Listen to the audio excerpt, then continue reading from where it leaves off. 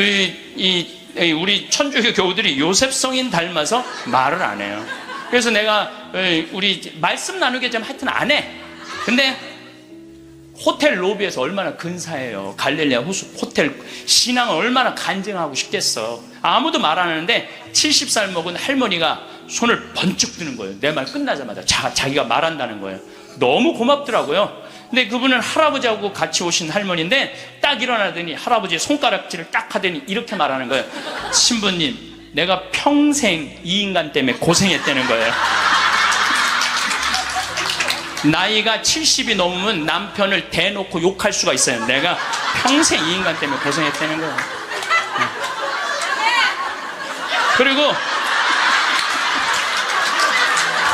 그리고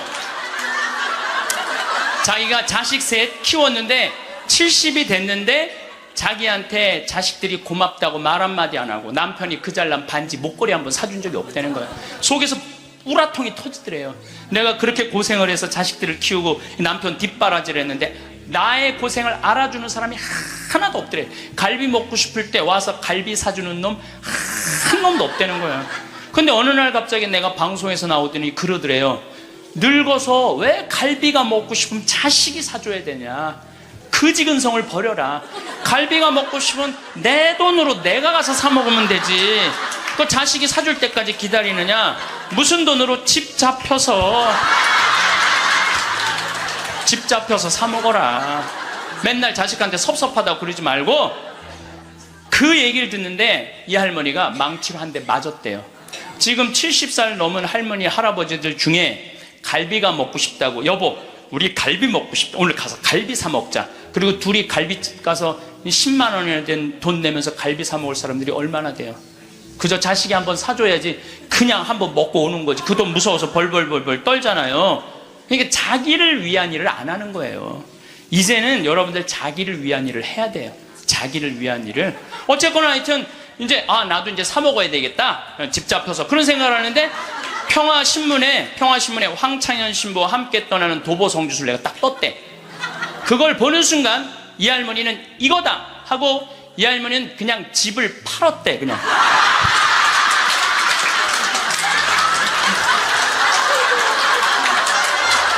집을 팔았대요. 네. 집을 팔고 1억이 남은 걸 가지고 성주순례를 따라온 거예요. 여동생 부부하고. 근데 왔는데 자기 너무너무 행복하대. 근데 이 할아버지는 맨날 술만 먹던 할아버지인데 성주순례도 안 따라오려는 걸 억지로 끌고 온 거야. 근데 이 할아버지가 다리도 아프다 뭐도 그러는데 10일 동안 걸으면서 하느님을 만난 거야. 하느님을 완전히 만나서 성주순례 끝나고 난 다음에 3개월 후에 다시 뒤풀이를 했는데 이 할아버지가 할머니가 그러는 거예요. 저 양반이 미쳤나 보다고. 왜 그러냐면 그전에는 전화만 하면 술 어서 먹을까 이랬는데 요즘 전화만 하면 성당 나와라, 성당 나가야 된다. 세상에 이렇게 돌아보면 난 웃으면서 죽을 수 있을 것 같아요. 또 작년에는 내가 또 아침마당에도 출연했잖아. 아침마당. 평화방송도 모자라서 아침마당까지. 그냥 아침마당을 2번을 강의를 나갔었는데 목요 특강 2번을 강의를 나갔었는데 보통 목요 특강 시청률이 7% 정도 된다고 그래요. 근데 전 2번 다 10.4%가 나왔어요. 이게 뭐 물론 그 3.4%는 우리 천주교 교우들이 봐줘서 올라간 건지 내가 알고 있죠. 천주교 교우들이 봐줘서 올라간 거 알고 있는데 나는 그 목요 특강 하려고 그러면 새벽 4시에 집에서 나와야 돼요.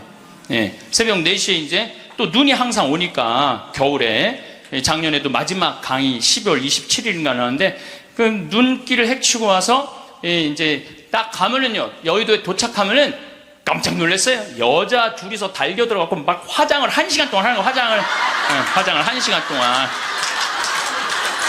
평화방송은 생전 화장 안 해주는데 화장을 1시간 동안. 이제 그리고 이제 강의가 끝나고 이제 평창에 집에 들어갔는데 생태마을이 난리가 난 거야. 왜 그런가 했더니 그 강의를 들으면서 실시간 검색어가 1위였대요. 그리고 전국에 우리 교우들이 아니고 일반인들이 전화해갖고 거기 신부님 생태마을 자랑하는데 거기 가보고 싶다고.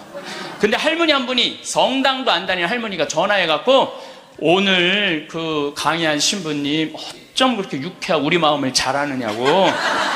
근데 그렇게 유쾌한 신부님이 아직도 전화해 되도록 왜 혼자 사느냐고.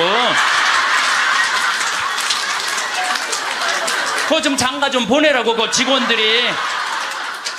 아니, 저를 염려해 주는 게 우리 천주교 교우들만 염려해 주는 게 아니라 성당 안 다니는 할머니도 염려해 주니 이게 얼마나 행복한 신부예요. 그래서 이렇게 죽을 때 웃으면서 죽을 수 있을 것 같아. 난 정말 행복했다. 오늘도 황창현 신부님의 지혜의 말씀을 통해 여러분의 행복한 노후를 위한 해안을 얻어가시길 바랍니다. 황창현 신부님의 행복 특강 지금 바로 시작하겠습니다. 제가 여러분들한테 지금 죽음 껴안기라는 주제로 강의를 하고 있습니다. 우리가 죽는 게 참 싫은 이유는 두려움 때문에 그렇습니다. 두려움. 막연한 두려움이 있어요. 죽고 난 다음엔 도대체 어떤 세상이 펼쳐질 것인가?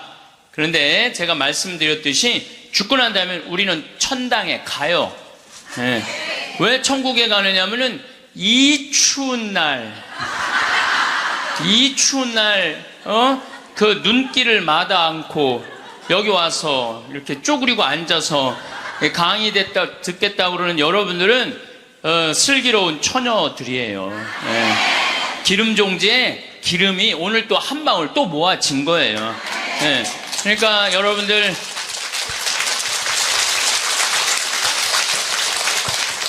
이제 죽는 거 싫어요? 좋아요?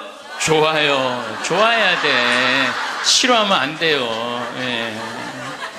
그리고 우리가 천국에 가면 더 이상 부당한 대우 받지 않고 서름 받지 않아요. 하느님께서 어느 누구든 위로해 주시고 따뜻하게 감싸 주시기 때문에 우리는 죽음 이후를 막연히 두려워할 필요가 없다는 거예요.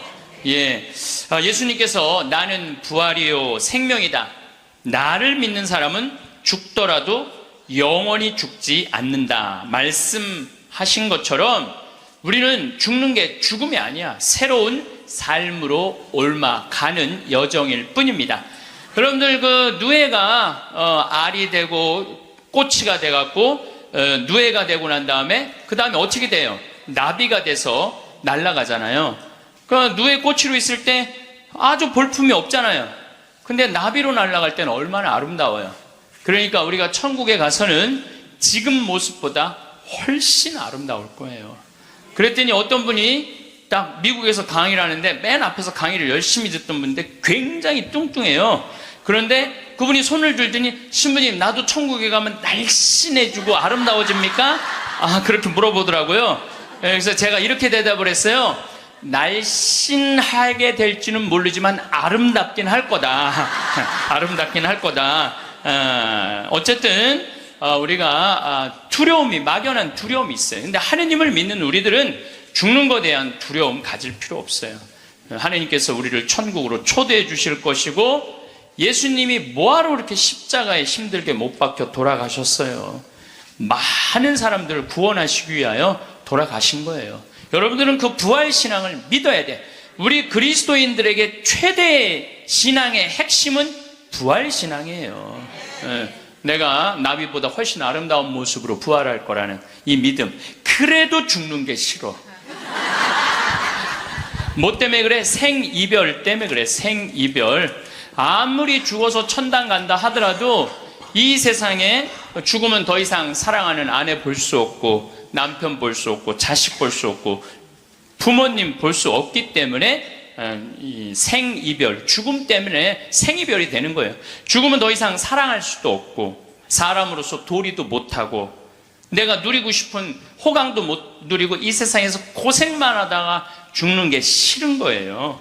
그래서 여기 계신 분들 중에 죽기 직전에 후회하지 말고 죽기 전에 내가 뭘 할 걸 그런 거 후회하지 말고 혹시 돈 100억 정도 있는 분들은 한 10억, 20억만 놔두고 80억은 쓰세요. 맛있는 것도 사 먹고 여행도 다니고 그러면 되지. 제가 요즘 뭐 바빠서 텔레비전은 거의 못 보지만은 BBC에서 아주 재미난 프로그램을 해요. 영국 BBC에서 백만장자가 자기 신분을 감추고 아주 힘들게 사는 동네에 들어가는 거예요. 그래서 거기서 정말 열심히 사는 사람을 찾아내는 거예요. 찾아내서 이 사람이 백만장자인데도 불구하고 자기도 가난한 것처럼 해서 그 사람이 정말 열심히 살고 성공할 수 있는 가능성이 있으면은 한 달, 두 달 같이 지내다가 마지막에 깜짝 선물을 해주는 거예요. 당신 내가 커피숍 차릴 수 있도록 가게를 내주겠다. 이런 프로그램이 있어요. 그러니까 이 백만장자가 하는 거야. 백만장자가. 여러분들은 못하죠. 여러분들 누굴 커피숍을 차려줘.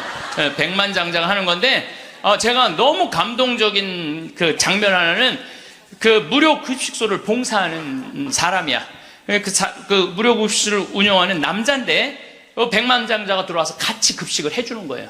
근데 이 사람은 뭐 무료 급식소를 하니까 휴가도 한 번도 못 간 거야. 자기 있는 거 다 끌어다가 했는데 백만장자가 마지막에 난 당신한테 감동받았다. 내가 앞으로 당신 무료급식을 계속 할 수 있도록 돈을 대주겠다. 근데 더 기가 막힌 거는 가만히 보니까 봉투를 하나 더 줘요. 더 주면서 가만히 보니까 당신 무료급식소 하느냐고 휴가 한 번을 못 갔는데 이거는 당신 자신을 위한 휴가 비행 티켓이고 호텔 예약권이다. 자신을 위해서도 휴가를 한번 가라. 막 저 그걸 보는데 막 가슴이 막 먹먹하더라고요. 그러니까 돈 많은 사람이 좀 그렇게 살았으면 좋겠어.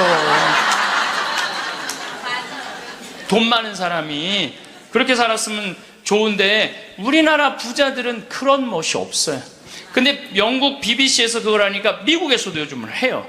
그래서 이 백만장자들이 어려운 사람들을 가서 계속 깜짝깜짝 그러니까 사회가 건강해지는 거예요. 우리가 죽을 때 돈 가지고 가는 거 아닙니다. 죽을 때 가지고 가는 거 땅, 재산 이게 아니에요. 공술의 공수거예요. 빈손으로 왔다 빈손으로 가는 거예요.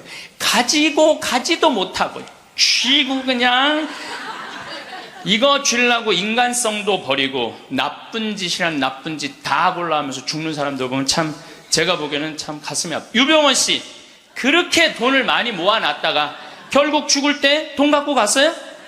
한 푼도 못 갖고 갔어요. 어떻게 했어? 다 놔두고 갔어요. 마지막에 뭐 순천 쪽에서 도망 다닐 때 현찰이 8억 6천 우리나라 돈 8억 6천 있고 달러가 16만 달러 1억 6천이 있었대요. 근데 그거 손도 못 댔어요. 마지막에 그 집에서 도망 나갈 때 이 가방에 마지막에 있었던 건 수쿠알렘 몇 알 딱 갖고 떠난 거야. 수쿠알렘 몇 알. 여러분들 죽을 때 돈 갖고 떠나는 게 아니에요. 우리가 죽을 때 뭘 갖고 가느냐면은 추억 갖고 떠나는 거. 추억. 내가 이렇게 인생을 돌아봐서 야, 난 정말로 즐거웠어. 나 정말로 행복했어. 이런 추억이 있는 사람이 죽을 때 행복하게 죽을 수 있어요. 여러분들도 가만히 인생 돌아봐서 즐거웠던 추억이 하나도 없어. 고생만 슉샬나게 한 추억밖에 없어. 그렇다면 여러분들 인생 잘못 사는 거예요. 오늘 추억이 하나도 없는 분들은 추억을 만드세요. 프로그램을 짜세요. 그 백만장자가 그 무료급식 한다고 몇 년 동안 3년 동안 휴가도 한 번 안 간 사람한테 자신을 위해서도 시간을 내라고, 남을 위해서 희생만 하지 말고. 왜냐하면 사람이요, 남을 위해서 너무 희생하다 보면 지쳐요.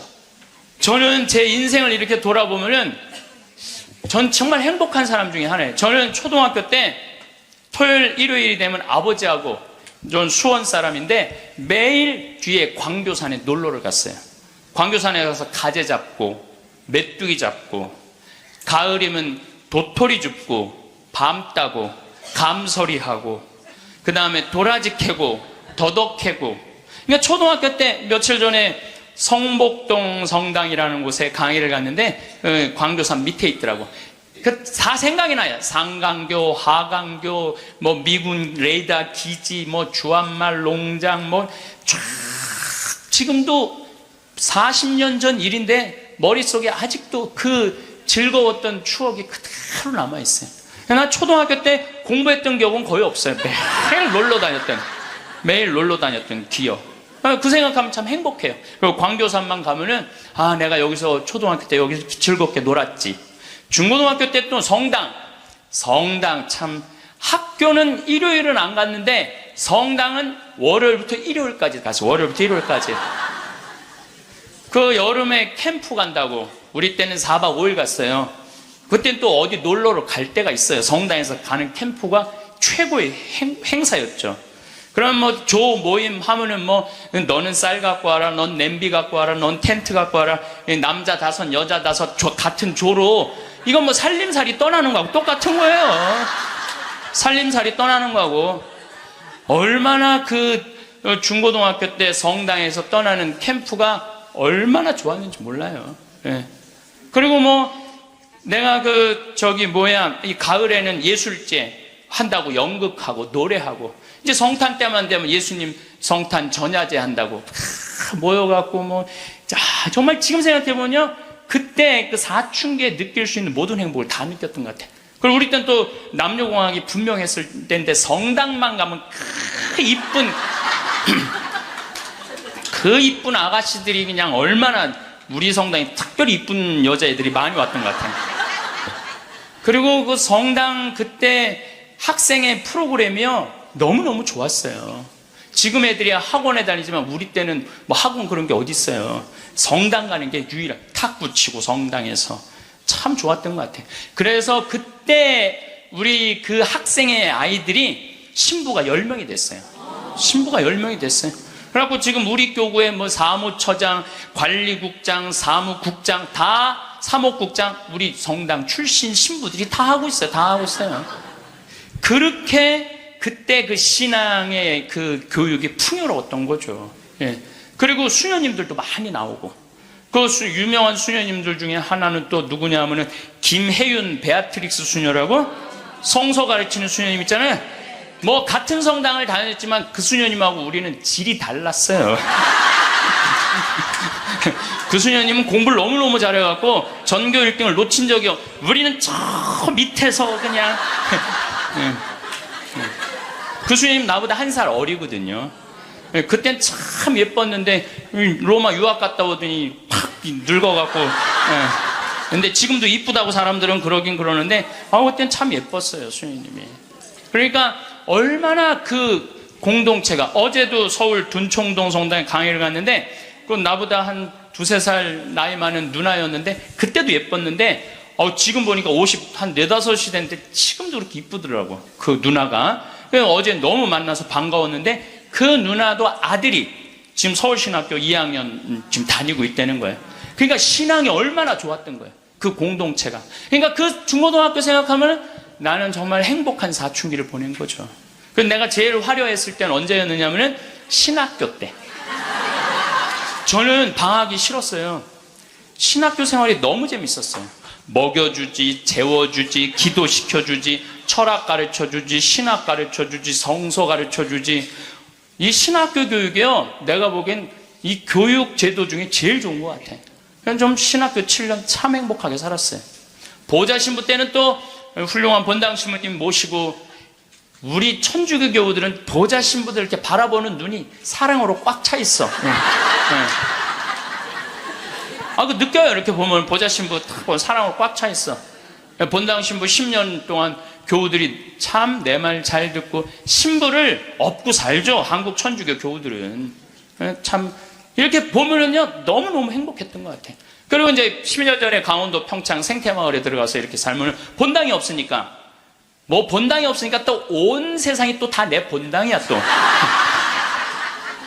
전 세계 다니면서 강의하고, 지난 여름에도 브라질, 아르헨티나, 페루, 칠레, 파라과이 5개 나라 한 달 동안 순회 강연 갔다 왔거든요.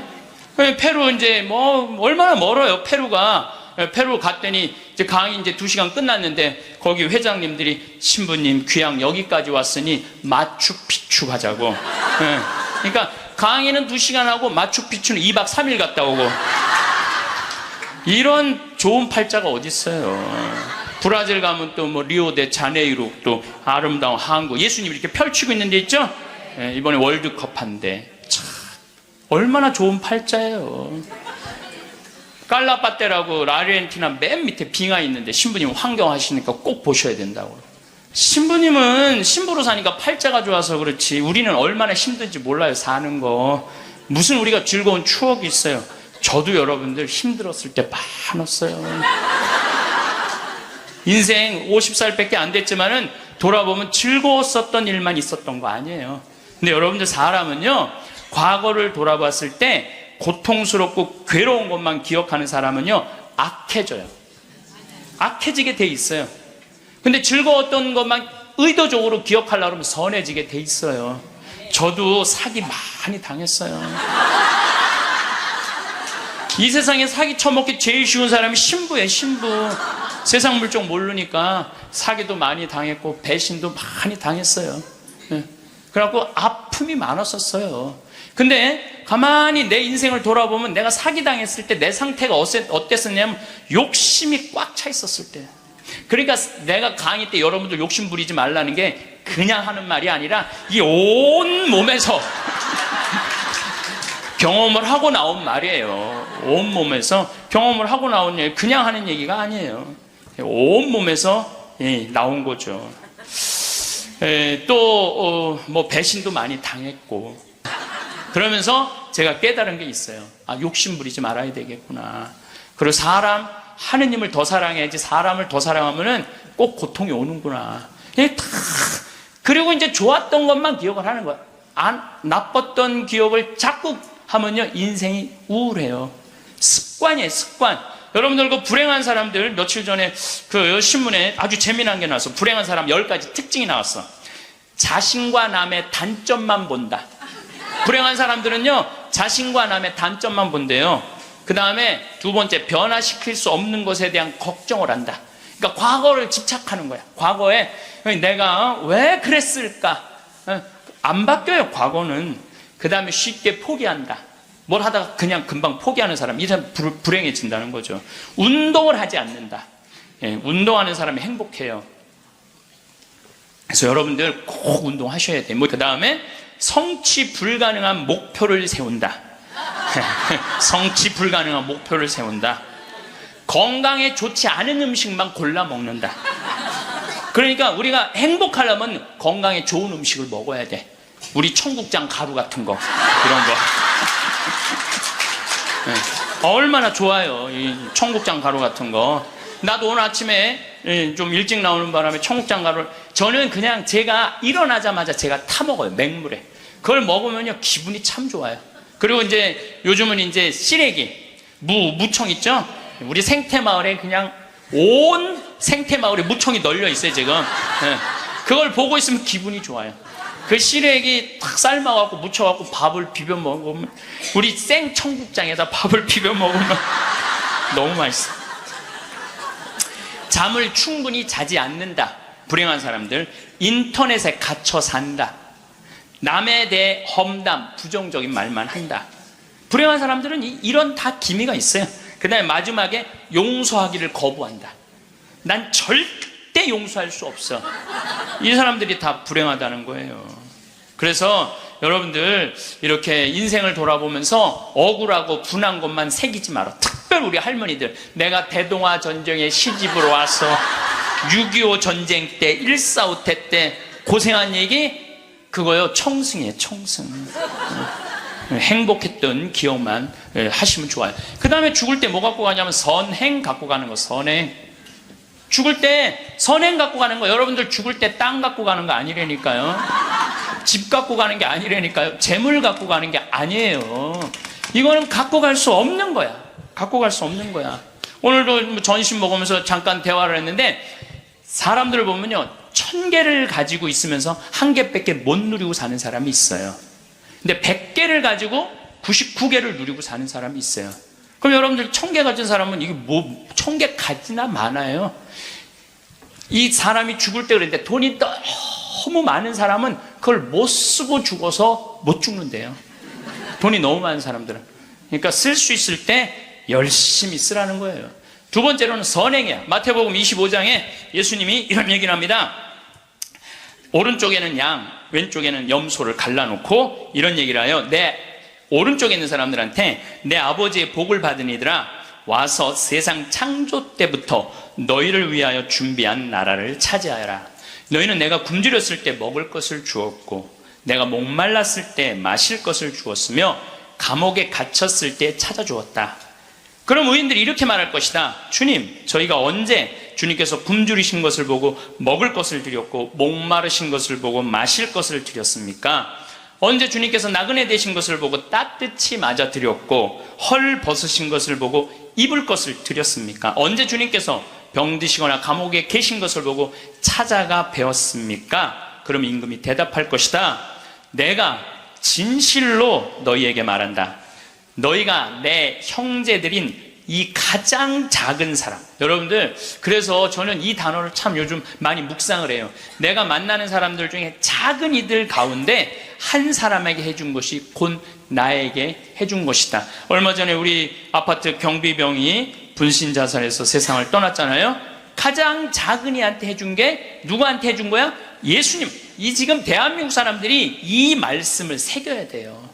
돈 좀 벌었다고 작은 이들을 무시하는 이런 사회, 이 왼편 염소 쪽으로 가는 거예요. 여러분들 오른편 양쪽으로 가려면 어떻게 해야 돼? 작은 이들 중에 목마르고 헐벗고 배고프고 감옥에 갇히고 나그네 된 사람한테 따뜻하게 대해야 되는 거예요. 록펠러라고 있어요. 미국 부자. 이 사람 죽었는데 얼마나 부자냐면 1850년도에 태어난 사람인데 55살에 전 세계의 90%를 줘요. 세계에서 최고로 부자였어요. 55살에 이 사람이 불치병을 딱 판정을 받아요. 1년밖에 못 산다고. 1년밖에 못 사니 전 세계 최고의 부자인데 55세 1년밖에 못 사니 얼마나 기가 막혀요. 병원에서 탁 나오는데 이렇게 보니까 병원 정가운데 뭐라고 써 있느냐면은 받는 자보다 주는 자가 행복하다. 그거를 봐요. 그거를 보고 막 가슴에 전율을 느껴요. 어떤 전율을 느끼냐면 자기는 돈이 그렇게 많은데도 준 적이 없는 거야. 막 회사 병합하고 뺏고 막 이랬거든요. 아주 냉혈한이었어요. 예. 완전히. 그래갖고 가만히 나는 그 많은 돈 중에 준 적이 없네. 준 적이 없네. 여러분들 마음, 가끔 이렇게 말하는 분들이 있어. 누가 나 좀 돈 좀 안 주나? 이 사람 불행한 거예요. 이 사람 무조건 불행한 거예요. 내가 누구 돈 좀 줘야지 이 사람이 행복한 거예요. 항상 얻어먹을 자세가 돼 있는 사람은 불행한 거예요. 주려고 그래야 돼, 주려고. 그래서 저는 본당 신부하면서도 교우들하고 밥을 먹어도 정말 내가 냈지 교우들이 돈 못 내게 했어요. 왜냐하면 가만히 보면 교우들 먹고 살기 바쁜데 자식도 공부시키고 월세 세금 내기 바빠 죽겠는데 신부한테까지 돈을 뺏기면서 밥을 사주는 게 이게. 그래서 나는 내가 다 정말 많이 냈어요. 그 처음에 신부님한테 밥 얻어 먹은 적이 평생에 처음이라는 교우들을 참 많이 봤어요. 신부님 무슨 돈이? 나 돈 많아. 나는 강사료도 많고 인세가 또 많이 들어오잖아요. 나는 인세도 많이 들어오고 그래서 난 많으니까 걱정하지 마라. 그래갖고 난 다 사줬어요. 그래도 난 내 주머니에 한 번도 돈이 떨어져 본 적이 없어요. 이게 언제 들어오냐면 내 영명 축일 때 다 들어온다니까요. 내 영명 축일 때. 그리고 예수님이 뭐라고 그러냐면 5,000명 빵 먹일 때 너희들이 줘라. 그러니까 제자들이 이 많은 사람들 어떻게 우리가 주냐 그러니까 예수님이 이런 말을 해요. 너희가 거저 받았으니 거저 주어라. 참 이 말이 전 좋아요. 우리가 나누지 못하기 때문에 인생이 괴로운 거죠. 그래갖고 록펠러가 나는 이렇게 많이 줄 수 있는데 내가 하나도 못 주고 죽는구나. 근데 마침 그 병원에서 호텔 로비에서 딸아이 입원비가 없어갖고 막 병원 사람들한테 제발 내 딸 좀 입원 시켜달라고 막 울며 불며 매달리는 엄마를 봐요. 록펠러가 그걸 보고 비서를 시켜서 병원비를 대주라고. 병원비를 대줬는데 그 소녀가 기적같이 나요. 록펠러가 너무너무 행복한 거야. 야, 나도 이렇게 나누니까 이렇게 좋으네? 내가 남은 1년 동안 나눠야 되겠다. 그래서 막 시카고 대학도 세우고 병원 한 2,000개 세우고 도서관도 세우고 고아원도 세우고 그 남은 시간 동안 돈이 많으니까 엄청나게 나누기 시작을 했어요. 근데 그렇게 나누다 보니까 록펠러가 이 55세 죽는 데는 록펠러가 98까지 나누다 죽었습니다. 98까지 나누다 죽었어요. 그러면서 죽으면서 녹펠로가 이런 얘기를 해요. 어떤 얘기를 하느냐면 내가 쥐려고 그랬던 55년은 쫓기고 살았다는 거야, 인생을. 사람이 가지려고 그럴 때는요, 인생을 쫓기게 돼 있어요. 근데 내가 나누기 시작하면서부터는 내 삶은 기쁨으로 가득 찼다고 그래요. 기쁨으로 가득. 그래서 여러분들, 신부님, 저는 주머니에 돈 한 푼도, 돈이, 부처님이 그랬잖아요. 나눠라. 그러니까 저는 부처님 아무것도 가진 게 없습니다. 부처님이 뭐라 그래요? 왜 네가 가진 게 없냐? 네가 사람들하고 대화할 때 따뜻하게 웃어주는 것도 나누는 거다. 누가 사람이 얘기를 할 때 네가 자세를 낮추고 경청하는 것도 그것도 나누는 거다. 공손한 것도 나누는 거다. 여러분도 꼭 돈으로 나눠야 돼? 아니에요. 마음으로도 얼마든지 우리가 나눌 수가 있는 거예요. 저는 지난 월요일 날 너무너무 놀란 사건이 있었어요. 이게 참 신기해요. 성남에 사는 할머니, 할머니도 나이가 85, 할아버지는 90인데 나한테 40억을 들고 왔어요. 그래갖고 교구청에서 아주 서류를 다 해놨어. 법무사까지 다 와서 그래서 어저께 그러니까 월요일 날 40억을 기증을 받았어요. 할머니가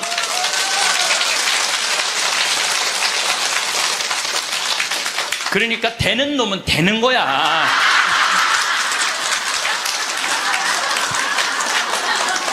그래서 할머니한테 물어봤어요. 이 많은 돈을 왜 나한테 기증을 하느냐? 그랬더니 신부님, 제가 강의를 듣는데 신부님이 잠비아에 농업대학을 세우고 싶다고 그런 게 있는데, 대학을 세우는 건 또 내가 저 잠비아 농장 꾸미는 거하고는 또 다르잖아요.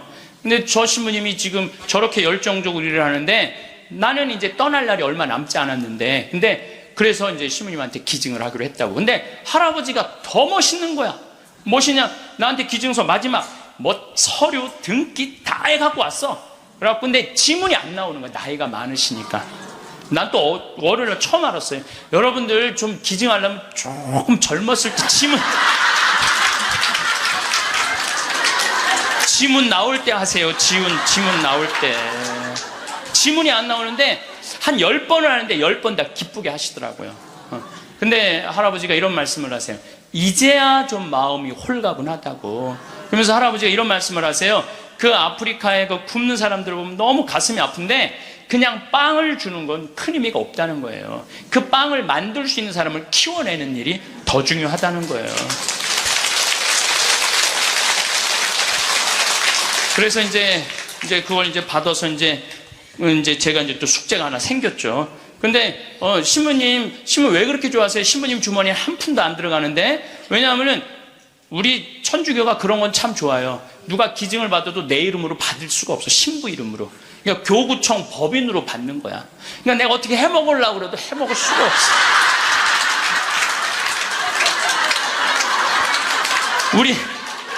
우리 주교님 도장을 훔쳐야지 해먹을 수 있는. 주교님 도장을 훔쳐야지. 근데 그 할아버지가 더 기가 막힌 말씀을 하셨어요. 어떤 말씀을 하셨느냐면은, 신부님, 아들한테 물어봤대요. 내가 이거를 40억을 신부님한테 기증하기로 했다. 그랬더니 아들이, 아버지 기증하세요. 나 넓은 집이 있고 직장이 있는데 그거 돈 많으면 머리 아파요. 그 아들도 기가 막히죠. 아니 뭐 법적으로 뭐 소송도 한다는데. 그래서 여러분들, 제가 말씀드리는 거는 우리가 죽을 때 갖고 가는 게 땅이 아니라니까요. 집이 아니고 재물이 아니에요. 뭐냐면 선행이야, 선행. 내가 뭔가 베풀 수 있는 선행이 있어야 돼요. 그래서 여러분들도 내가 돈이 없다라면 마음으로라도 나눌 줄 알아야 돼. 마음으로라도. 예. 그리고 죽을 때 갖고 가는 건 결정적인 건 믿음이야, 믿음. 믿음이 없는 사람은요, 노잣돈 없이 떠나는 거예요. 믿음이 없는 사람은 노잣돈이 없이 떠나는 거. 죽을 때 빈 털터리로 떠나는 거. 빈 털터리로. 근데 내가 주님께서 날 기다리고 계셔. 주님께서 날 맞아주실 거야. 이 믿음 있는 사람은요, 여행 떠날만 해요. 근데 딱 저승에 들어섰는데 아무도 날 데려가는 사람, 깜깜한 어둠만 날 기다리고 있는 사람은 너무너무 힘든 거죠. 제가 한 10년 전에 우리 후배 신부들을 데리고 제주도에 스킨스쿠버를 데리고 갔어요. 바다에 들어가는 거. 근데 뭐 한 6, 7명 신부들하고, 지구 신부들하고 갔는데, 문섬, 새끼섬, 서귀포 쪽에 거기가 참 아름다워요. 근데 이제 그 신부들은 초보니까 강습을 받고 나는 좀 할 줄 아니까 새끼섬에 바다에 이렇게 들어가서 이제 혼자 절대 가면 안 되는데 그래도 이제 혼자 이렇게 좀 옆에 이제 강습하는 거 보고 혼자 이렇게 돌았어요. 근데 그 신부 중에 하나가 물 공포증 있는 신부가 있어요. 너는 여기서 낚시만 해. 그래갖고 이제 그 신부는 위에서 낚시를 하고 있는데 나는 이제 바다에 들어 물고기가 얼마나 많은지 몰라요. 돌돔 하여튼 물고기가 얼굴을 치고 지나갈 정도로 물고기가 많아요. 바다에 들어가 보면은. 그래갖고 이제 한 바퀴 한 30분 이제 다이빙을 하고 나와서 그 후배 신부한테 물어봤어요. 물고기 좀 잡았어? 이 신부가 한다는 얘기가 신부님 한 마리도 없나 봐요. 30분 동안 한 마리도 못 잡았어요. 그러는 거예요. 그 많은 물고기를 두고 그 위에서 낚시하는 사람은 한 마리도 없는 줄 알고 그냥 계속 한 마리도 없다고 투정을 부리더라고요. 신앙생활도 똑같아요. 신앙생활도 내가 하느님을 믿고 하느님 안으로 빠져들면은요, 그 안에는 온 세상이 하느님의 섭리야. 하느님의 손길이고 하느님의 사랑이야. 근데 많은 사람들은 그 물속에 뛰어들지 않아요. 뛰어들지 않고 바깥에서 있는 거야, 없는 거야. 하느님 계신 거야, 안 계신 거야. 이러고 있으니까 잡아요, 못 잡아요? 못 잡아요. 여러분도 오늘도 야 명동에 오늘 그 신부님 강의 간대자 가자. 데리고 올라오래. 아유 뭘 가, 니네나 가. 난 나중에 기회 되면 갈게. 그 사람은요 못 잡는 거예요. 물고기를 못 잡는 거예요. 얼마나 하느님 안에 들어가면은 신앙의 보물이 얼마나 많은데. 또 우리 보자 신부님이 그런 얘기를 해요. 보자 신부님이 자기 낚시를 참 좋아해요. 우리 보자 신부님이. 근데 신부님 강론 때 그러더라고요. 보면은 아무리 물고기가 안 나와도 한 자리에서 4시간, 5시간 앉아있으면 결국은 나올 때 되면 밑밥을 뿌리면은 나올 때 되면 엄청나게 나온다는 거예요. 우리 보자 신부님이 우리 조카 며느리 아이가 아기를 가져갖고 잉어를 좀 해달라는 거예요. 가면 막 이렇게 잡아오는 거예요. 어떻게 이렇게 재주가 좋으냐 그러니까 신부님이 한 자리에 계속 있으면 잡는다는 거예요. 한 자리에 계속 있으면은. 근데 자기가 낚시터에 가보면 한 마리도 못 잡아가는 사람이 있대. 어떤 사람이냐면 1시간씩 옮기는 사람. 이 사람은 하나도 못 잡고 가는 거야. 하나도 못 잡고. 그래서 신앙도 꾸준한 사람이, 변함이 없는 사람이 엄청난 보화를 끌어올릴 수 있는 거예요. 그래서 우리 죽을 때는 추억, 선행, 믿음 갖고 가는 거예요. 집 갖고 가는 게 아니라니까요. 어쨌든 내가 지난 2월 달에 이제 성주순례 이제 가서, 이제 갈릴레아 호수를 도는데, 그 갈릴레아에서 3일을 머물었어요. 갈릴레아가 신앙의 유산이 너무 많아요. 5,000명 먹이신 빵의 기적도 갈릴레아 호수에서 했지. 산상 설교도 갈릴레아에서 했지. 풍랑 걸은 데도 갈릴레아지. 제자들하고 예수님하고 만난 데도 갈릴레아지. 얼마나 많아요. 그러니까 거기는 3일을 머물렀죠.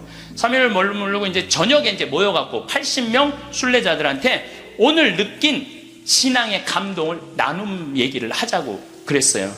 근데 참 우리 천주교 신자들은 이상하죠. 말 그렇게 잘하다가도 말씀 나누게 하자 그러면 입을 다물어. 말씀 나누게 하자 그러면. 내가 아는 몇몇 연예인도 있으면 연예인들을 만나고 얘기를 하면 신앙이 너무너무 좋아요. 그런데 방송에만 나가면 절대 말 안 해. 신앙에 대해서. 신기해. 개신교 성도들은 간증하라고 그러면 그냥 뛰어나가고 서로 하려고 그러는데 우리는 그냥 잘 놀다가도 자 지금부터 말씀 나누기 전에 내가 묵상을 했어. 왜 우리 천주교 교우들이 이렇게 입이 무거운가. 내가 묵상을 했어. 답을 찾아냈어요. 요셉 성인 닮아서 입이 무거운 거. 요셉 성인 닮아서. 요셉 성인이 참 입이 무거워요. 보면은 아니 장가를 가려고 딱 했는데 마리아가 애를 배 갖고 온 거야. 기가 막히잖아요. 나는 손도 잡은 적이 없는데 그럼 일반 사람이면 뭐라 그럴 거냐. 친구들한테 야 얘기 좀 하자. 야 난 너무 고민이 있어. 아니 마리아가 결혼도 하기 전에 애를 배웠네. 이거 어떻게 하면 좋지? 분명히 이렇게 얘기했을 거예요. 근데 요셉 성인은 아무한테도 말하지 않고 혼자 파혼하기로 혼자만 마음속으로 생각을 해. 우리 천주교 교우들하고 똑같은 거예요. 그 12살 때 예수님 3일 동안 잃었다가 3일 만에 찾았어. 3일 동안 근데 나는 요셉 성인도 참 대단해요. 내 애도 아니고. 그렇잖아요. 내 애도 아니고. 마누라도 내 마누라도 아니야. 사실은 그렇잖아요. 그런데 그 아이하고 그 엄마를 12년 동안 책임졌다는 건요, 보통 사람 아니면 못해요. 참 무직한 분이죠. 근데 3일 만에 잃어버렸는지 얼마나 애가 타게 찾았겠어요. 찾고 난 다음에 성모님이, 얘야, 네 아버지와 내가 너를 얼마나 찾았는지 모른다. 나는 이 말도 참 묵상을 많이 하는 말 중에 하나예요. 성모님도 시집을 막상 오긴 왔는데 뱃속에 아기가 이씨 들어왔으니 얼마나 미안해요. 그러니까 항상 요셉 성인한테 미안한 마음이 있었던 것 같아. 그래서 여러분들 3일 만에 잃었던 애를 찾았어. 그럼 여러분들 뭐라 할까? 이놈의 새끼 내가 너 얼마나 찾았는지 알아? 분명히 이랬을 거야. 근데 성모님은 자기를 먼저 내세우지 않았어요. 자기 아이임에도 불구하고 얘야, 네 아버지와 내 남편을 인정해 준 거죠. 남편을 존중해 준 거죠. 네 아버지와 내가 너를 얼마나 찾았는지 모른다. 그런데도 요셉 성인은 아무 말도 안 해. 한마디도 안 해. 찾았으면 됐지 뭐 이거죠. 한마디도 안 해요. 내가 이번에 성주순례 가서도 너무 많은 걸 느꼈는데, 그 대학생이 엄마 아빠를 따라온 거야. 인천공항이 딱 나를 바라보는 눈빛이 흰 눈동자 95% 까만 눈동자. 너 때문에 내가 여기 따라왔다. 근데 이 친구가 성주순례를 하루를 걷더니 이틀을 걷더니 눈빛이 바뀌는 거예요. 그러면서 마지막엔 이 친구가 이런 말을 하더라고요. 신부님, 저는 가슴이 지금 터질 것 같이 행복하다는 거예요. 살아계신 예수님을 만나서 가슴이 터질 것 같이 행복하다는 거예요. 그리고 그 친구는 엄마 아빠가 길을 잃고 공부 굉장히 잘하는 아이였어요. 근데 지금 의대 공부를 한대요. 내가 아프리카에 좀 가서 봉사 좀 하자 그랬더니, 그러니까 길을 찾은 거지. 그러니까 여러분들 제발 좀 죽기 전에 가지 말고 언제 가? 지금 가세요. 지금 가세요.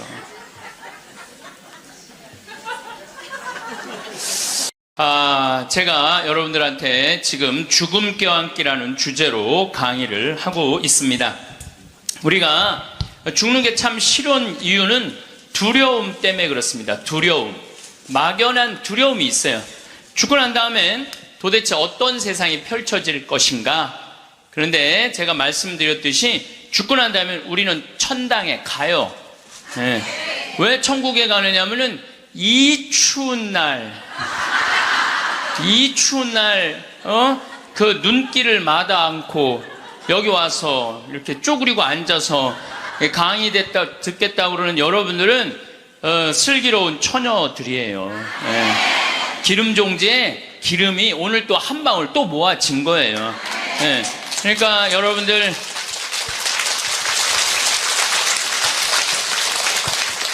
이제 죽는 거 싫어요? 좋아요? 좋아요. 좋아해야 돼. 싫어하면 안 돼요. 네.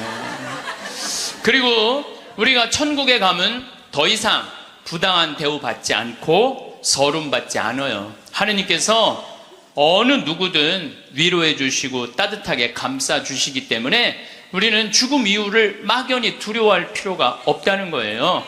예수님께서 나는 부활이요 생명이다. 나를 믿는 사람은 죽더라도 영원히 죽지 않는다 말씀하신 것처럼 우리는 죽는 게 죽음이 아니야. 새로운 삶으로 옮아가는 여정일 뿐입니다. 여러분들 그 누에가 알이 되고 꼬치가 돼갖고 누에가 되고 난 다음에 그 다음에 어떻게 돼요? 나비가 돼서 날아가잖아요. 그 누에 꼬치로 있을 때 아주 볼품이 없잖아요. 근데 나비로 날아갈 때는 얼마나 아름다워요. 그러니까 우리가 천국에 가서는 지금 모습보다 훨씬 아름다울 거예요. 그랬더니 어떤 분이 딱 미국에서 강의를 하는데 맨 앞에서 강의를 열심히 듣던 분인데 굉장히 뚱뚱해요. 그런데 그분이 손을 들더니 신부님 나도 천국에 가면 날씬해지고 아름다워집니까? 그렇게 물어보더라고요. 그래서 제가 이렇게 대답을 했어요. 날씬하게 될지는 모르지만 아름답긴 할 거다. 아름답긴 할 거다. 어쨌든 우리가 두려움이, 막연한 두려움이 있어요. 근데 하느님을 믿는 우리들은 죽는 것에 대한 두려움 가질 필요 없어요. 하느님께서 우리를 천국으로 초대해 주실 것이고, 예수님이 뭐하러 그렇게 십자가에 힘들게 못 박혀 돌아가셨어요? 많은 사람들을 구원하시기 위하여 돌아가신 거예요. 여러분들은 그 부활신앙을 믿어야 돼. 우리 그리스도인들에게 최대 신앙의 핵심은 부활신앙이에요. 내가 나비보다 훨씬 아름다운 모습으로 부활할 거라는 이 믿음. 그래도 죽는 게 싫어. 뭐 때문에 그래? 생이별 때문에 그래. 생이별.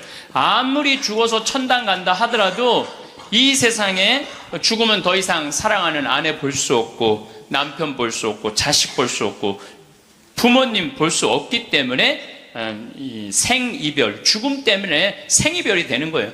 죽으면 더 이상 사랑할 수도 없고, 사람으로서 도리도 못하고, 내가 누리고 싶은 호강도 못 누리고, 이 세상에서 고생만 하다가 죽는 게 싫은 거예요.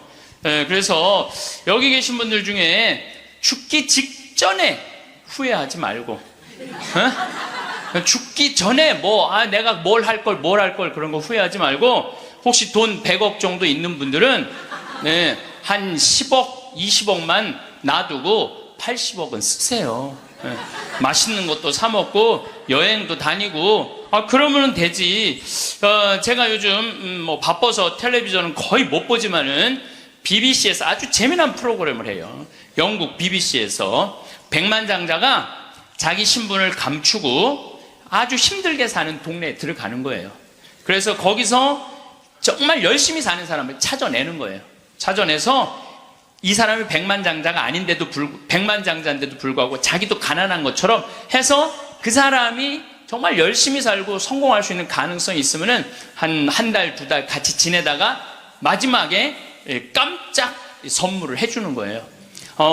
당신 내가 커피숍 차릴 수 있도록 가게를 내주겠다. 이런 프로그램이 있어요. 그러니까 이 백만장자가 하는 거야. 백만장자가. 여러분들은 못하죠. 여러분들 누굴 커피숍을 차려줘.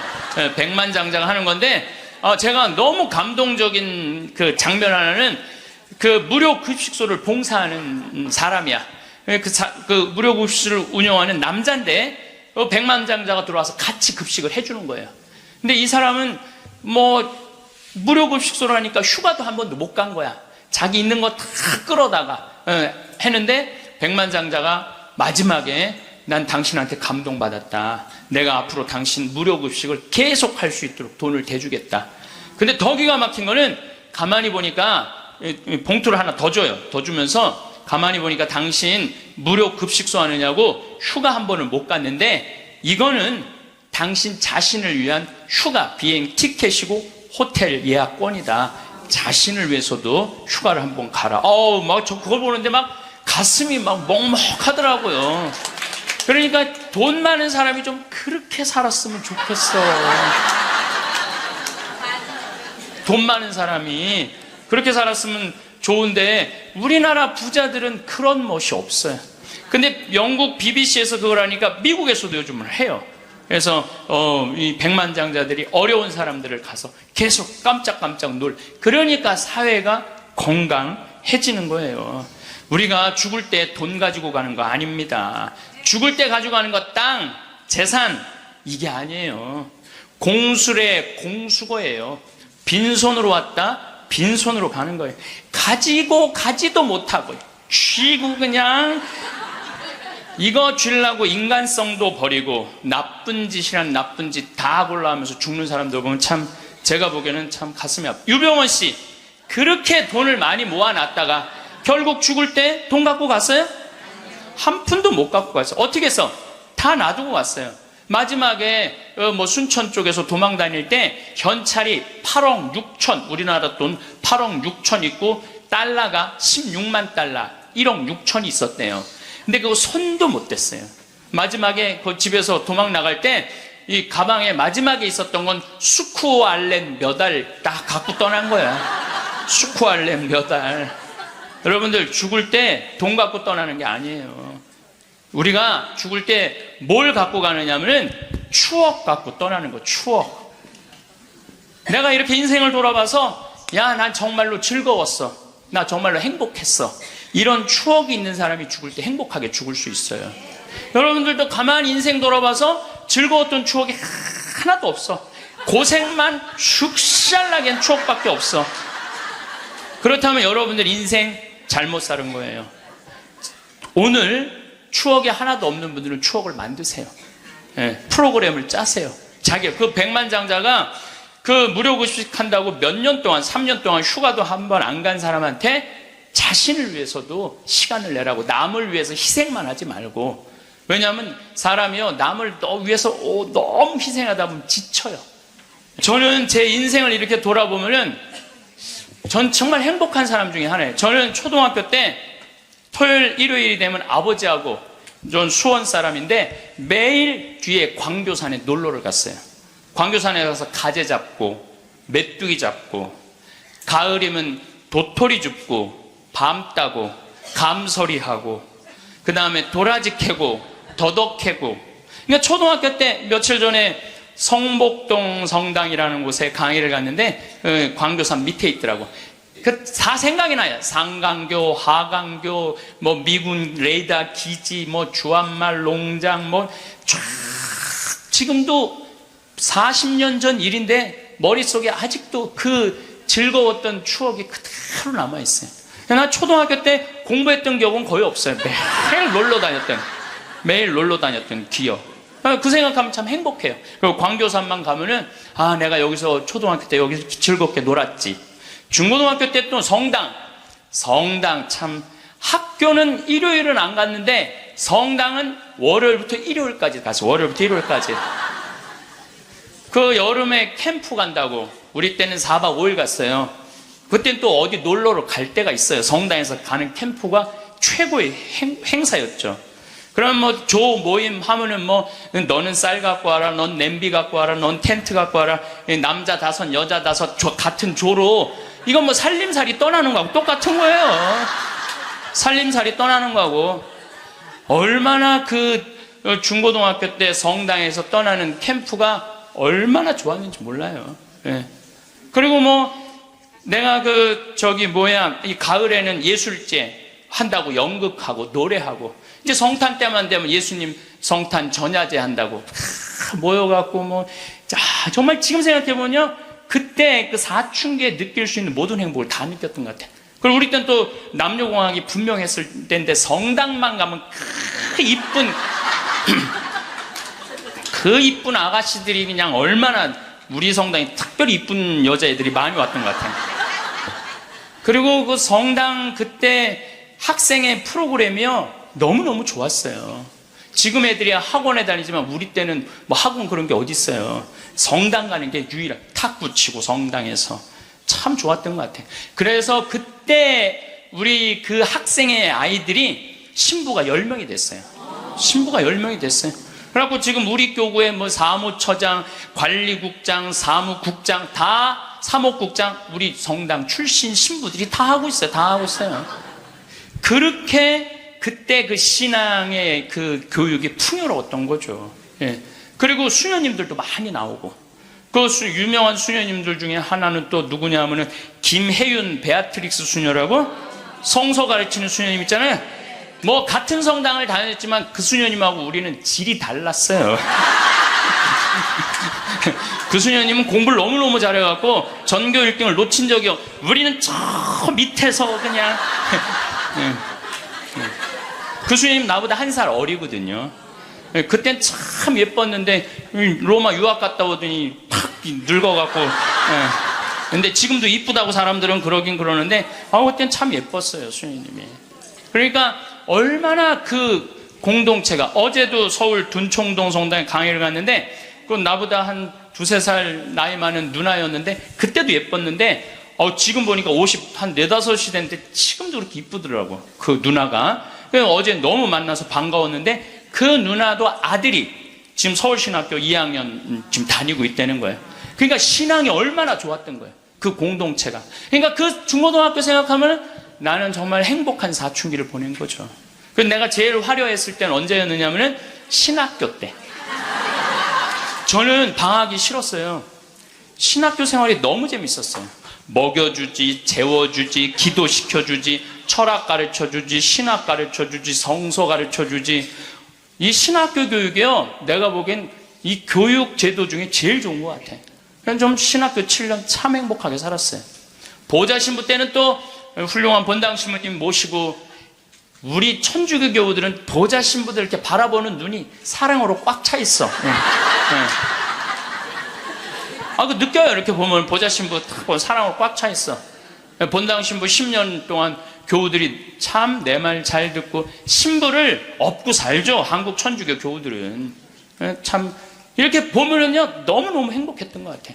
그리고 이제 10년 전에 강원도 평창 생태마을에 들어가서 이렇게 살면 본당이 없으니까, 뭐 본당이 없으니까 또 온 세상이 또 다 내 본당이야 또. 전 세계 다니면서 강의하고, 지난 여름에도 브라질, 아르헨티나, 페루, 칠레, 파라과이 5개 나라 한 달 동안 순회 강연 갔다 왔거든요. 페루 이제 뭐 얼마나 멀어요. 페루 갔더니 이제 강의 이제 2시간 끝났는데, 거기 회장님들이 신부님 귀양 여기까지 왔으니 마추픽추 가자고. 그러니까 강의는 2시간 하고 마추픽추는 2박 3일 갔다 오고. 이런 좋은 팔자가 어디 있어요. 브라질 가면 또 뭐 리오데자네이루, 또 아름다운 한국, 예수님이 이렇게 펼치고 있는 데 있죠. 이번에 월드컵 한데 참 얼마나 좋은 팔자예요. 깔라파테라고 아르헨티나 맨 밑에 빙하 있는데, 신부님 환경하시니까 꼭 보셔야 된다고. 신부님은 신부로 사니까 팔자가 좋아서 그렇지, 우리는 얼마나 힘든지 몰라요. 사는 거 무슨 우리가 즐거운 추억이 있어요. 저도 여러분들 힘들었을 때 많았어요. 인생 50살밖에 안 됐지만은 돌아보면 즐거웠었던 일만 있었던 거 아니에요. 근데 여러분들 사람은요, 과거를 돌아봤을 때 고통스럽고 괴로운 것만 기억하는 사람은요, 악해져요. 악해지게 돼 있어요. 근데 즐거웠던 것만 의도적으로 기억하려고 하면 선해지게 돼 있어요. 저도 사기 많이 당했어요. 이 세상에 사기 쳐먹기 제일 쉬운 사람이 신부예요. 신부. 세상 물정 모르니까 사기도 많이 당했고 배신도 많이 당했어요. 그래갖고 아픔이 많았었어요. 근데 가만히 내 인생을 돌아보면, 내가 사기당했을 때 내 상태가 어땠었냐면 욕심이 꽉 차 있었을 때. 그러니까 내가 강의 때 여러분들 욕심 부리지 말라는 게 그냥 하는 말이 아니라 이 온 몸에서 경험을 하고 나온 말이에요. 온 몸에서 경험을 하고 나온 얘기, 그냥 하는 얘기가 아니에요. 온 몸에서 나온 거죠. 또 뭐 배신도 많이 당했고, 그러면서 제가 깨달은 게 있어요. 욕심 부리지 말아야 되겠구나. 그리고 하느님을 더 사랑해야지, 사람을 더 사랑하면은 꼭 고통이 오는구나. 그리고 이제 좋았던 것만 기억을 하는 거야. 나빴던 기억을 자꾸 하면요, 인생이 우울해요. 습관이에요, 습관. 여러분들 그 불행한 사람들, 며칠 전에 그 신문에 아주 재미난 게 나왔어. 불행한 사람 10가지 특징이 나왔어. 자신과 남의 단점만 본다. 불행한 사람들은요, 자신과 남의 단점만 본대요. 그 다음에 2번째, 변화시킬 수 없는 것에 대한 걱정을 한다. 그러니까 과거를 집착하는 거야. 과거에 내가 왜 그랬을까? 안 바뀌어요, 과거는. 그 다음에 쉽게 포기한다. 뭘 하다가 그냥 금방 포기하는 사람, 이 사람 불행해진다는 거죠. 운동을 하지 않는다. 운동하는 사람이 행복해요. 그래서 여러분들 꼭 운동하셔야 돼요. 그 다음에 성취 불가능한 목표를 세운다. 성취 불가능한 목표를 세운다. 건강에 좋지 않은 음식만 골라 먹는다. 그러니까 우리가 행복하려면 건강에 좋은 음식을 먹어야 돼. 우리 청국장 가루 같은 거, 이런 거. 얼마나 좋아요, 이 청국장 가루 같은 거. 나도 오늘 아침에 좀 일찍 나오는 바람에 청국장 가루를, 저는 그냥 제가 일어나자마자 제가 타 먹어요, 맹물에. 그걸 먹으면요, 기분이 참 좋아요. 그리고 이제 요즘은 이제 시래기, 무청 있죠? 우리 생태마을에 그냥 온 생태마을에 무청이 널려 있어요, 지금. 그걸 보고 있으면 기분이 좋아요. 그 시래기 탁 삶아갖고 무쳐갖고 밥을 비벼 먹으면, 우리 생 청국장에다 밥을 비벼 먹으면 너무 맛있어. 잠을 충분히 자지 않는다. 불행한 사람들. 인터넷에 갇혀 산다. 남에 대해 험담, 부정적인 말만 한다. 불행한 사람들은 이런 다 기미가 있어요. 그 다음에 마지막에 용서하기를 거부한다. 난 절대 용서할 수 없어. 이 사람들이 다 불행하다는 거예요. 그래서 여러분들 이렇게 인생을 돌아보면서 억울하고 분한 것만 새기지 마라. 특별히 우리 할머니들, 내가 대동아 전쟁에 시집으로 와서 6.25 전쟁 때 1.4.5태 때 고생한 얘기, 그거요 청승이에요. 청승. 행복했던 기억만 하시면 좋아요. 그 다음에 죽을 때 뭐 갖고 가냐면 선행 갖고 가는 거. 선행. 죽을 때 선행 갖고 가는 거. 여러분들 죽을 때 땅 갖고 가는 거 아니라니까요. 집 갖고 가는 게 아니라니까요. 재물 갖고 가는 게 아니에요. 이거는 갖고 갈 수 없는 거야. 갖고 갈 수 없는 거야. 오늘도 전심 먹으면서 잠깐 대화를 했는데, 사람들을 보면요 1000개를 가지고 있으면서 1개밖에 못 누리고 사는 사람이 있어요. 근데 100개를 가지고 99개를 누리고 사는 사람이 있어요. 그럼 여러분들 1000개 가진 사람은 이게 뭐 1000개 가지나 많아요. 이 사람이 죽을 때 그랬는데, 돈이 너무 많은 사람은 그걸 못 쓰고 죽어서 못 죽는데요. 돈이 너무 많은 사람들은. 그러니까 쓸 수 있을 때 열심히 쓰라는 거예요. 두 번째로는 선행이야. 마태복음 25장에 예수님이 이런 얘기를 합니다. 오른쪽에는 양, 왼쪽에는 염소를 갈라놓고 이런 얘기를 해요. 내 오른쪽에 있는 사람들한테 내 아버지의 복을 받은 이들아, 와서 세상 창조 때부터 너희를 위하여 준비한 나라를 차지하여라. 너희는 내가 굶주렸을 때 먹을 것을 주었고, 내가 목말랐을 때 마실 것을 주었으며, 감옥에 갇혔을 때 찾아주었다. 그럼 의인들이 이렇게 말할 것이다. 주님, 저희가 언제 주님께서 굶주리신 것을 보고 먹을 것을 드렸고, 목마르신 것을 보고 마실 것을 드렸습니까? 언제 주님께서 나그네 되신 것을 보고 따뜻히 맞아 드렸고, 헐 벗으신 것을 보고 입을 것을 드렸습니까? 언제 주님께서 병드시거나 감옥에 계신 것을 보고 찾아가 배웠습니까? 그럼 임금이 대답할 것이다. 내가 진실로 너희에게 말한다. 너희가 내 형제들인 이 가장 작은 사람. 여러분들, 그래서 저는 이 단어를 참 요즘 많이 묵상을 해요. 내가 만나는 사람들 중에 작은 이들 가운데 한 사람에게 해준 것이 곧 나에게 해준 것이다. 얼마 전에 우리 아파트 경비병이 분신자살해서 세상을 떠났잖아요. 가장 작은 이한테 해준 게 누구한테 해준 거야? 예수님. 이 지금 대한민국 사람들이 이 말씀을 새겨야 돼요. 돈 좀 벌었다고 작은 이들을 무시하는 이런 사회, 이 왼편 염소 쪽으로 가는 거예요. 여러분들 오른편 양쪽으로 가려면 어떻게 해야 돼? 작은 이들 중에 목마르고 헐벗고 배고프고 감옥에 갇히고 나그네 된 사람한테 따뜻하게 대해야 되는 거예요. 록펠러라고 있어요. 미국 부자. 이 사람 죽었는데 얼마나 부자냐면 1850년도에 태어난 사람인데 55살에 전 세계의 90%를 줘요. 세계에서 최고로 부자였어요. 55살에 이 사람이 불치병을 딱 판정을 받아요. 1년밖에 못 산다고. 1년밖에 못 사니 전 세계 최고의 부자인데 55세 1년밖에 못 사니 얼마나 기가 막혀요. 병원에서 탁 나오는데 이렇게 보니까 병원 정가운데 뭐라고 써 있느냐면은 받는 자보다 주는 자가 행복하다. 그거를 봐요. 그거를 보고 막 가슴에 전율을 느껴요. 어떤 전율을 느끼냐면 자기는 돈이 그렇게 많은데도 준 적이 없는 거야. 막 회사 병합하고 뺏고 막 이랬거든요. 아주 냉혈한이었어요. 예. 완전히.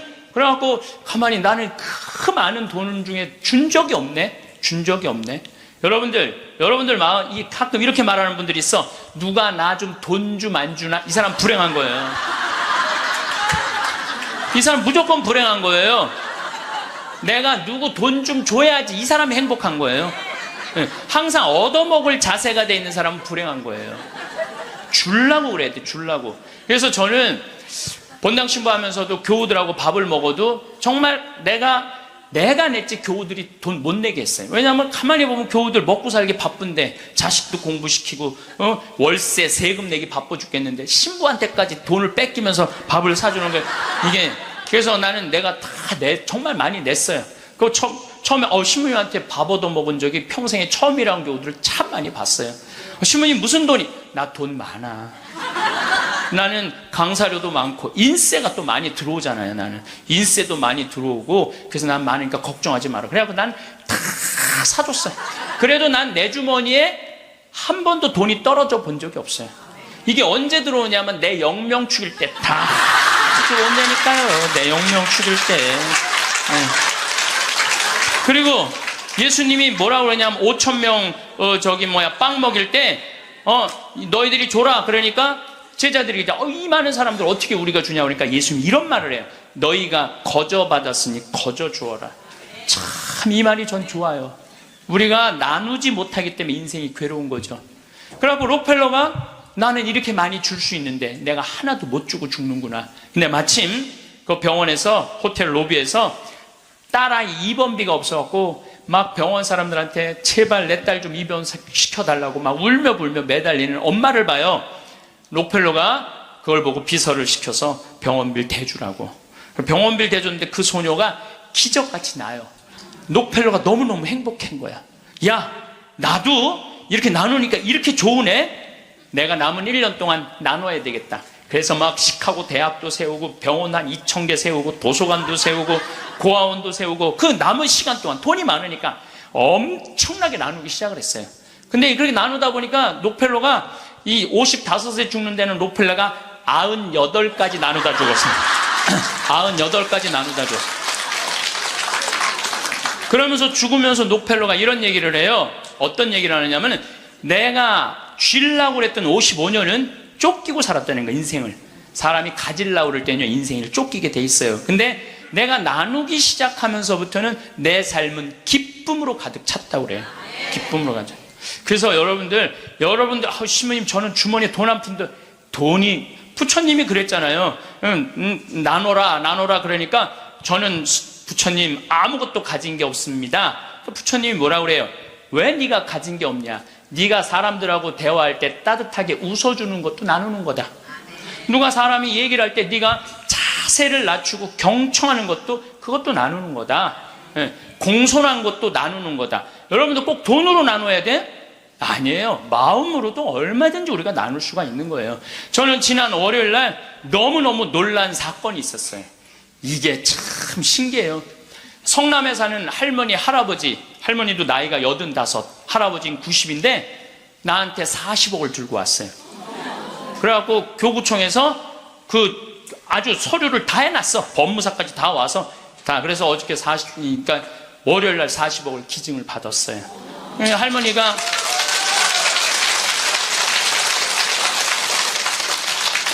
그러니까 되는 놈은 되는 거야.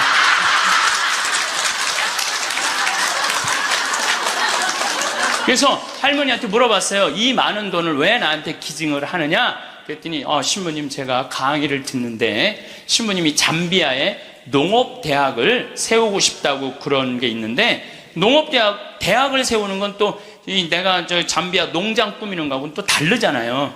근데 저 신부님이 지금 저렇게 열정적으로 일을 하는데 나는 이제 떠날 날이 얼마 남지 않았는데 근데 그래서 이제 신부님한테 기증을 하기로 했다고. 근데 할아버지가 더 멋있는 거야.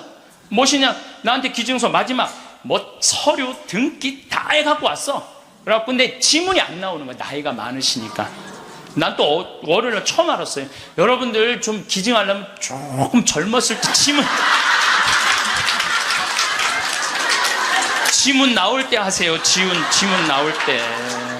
지문이 안 나오는데 한 10번을 하는데 10번 다 기쁘게 하시더라고요. 근데 할아버지가 이런 말씀을 하세요. 이제야 좀 마음이 홀가분하다고. 그러면서 할아버지가 이런 말씀을 하세요. 그 아프리카에 그 굶는 사람들을 보면 너무 가슴이 아픈데 그냥 빵을 주는 건 큰 의미가 없다는 거예요. 그 빵을 만들 수 있는 사람을 키워내는 일이 더 중요하다는 거예요.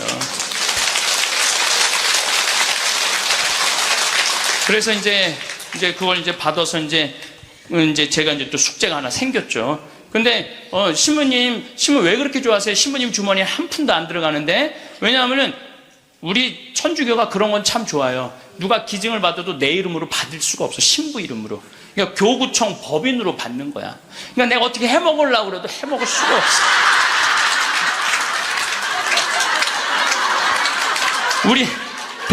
우리 주교님 도장을 훔쳐야지 해먹을 수 있는. 주교님 도장을 훔쳐야지.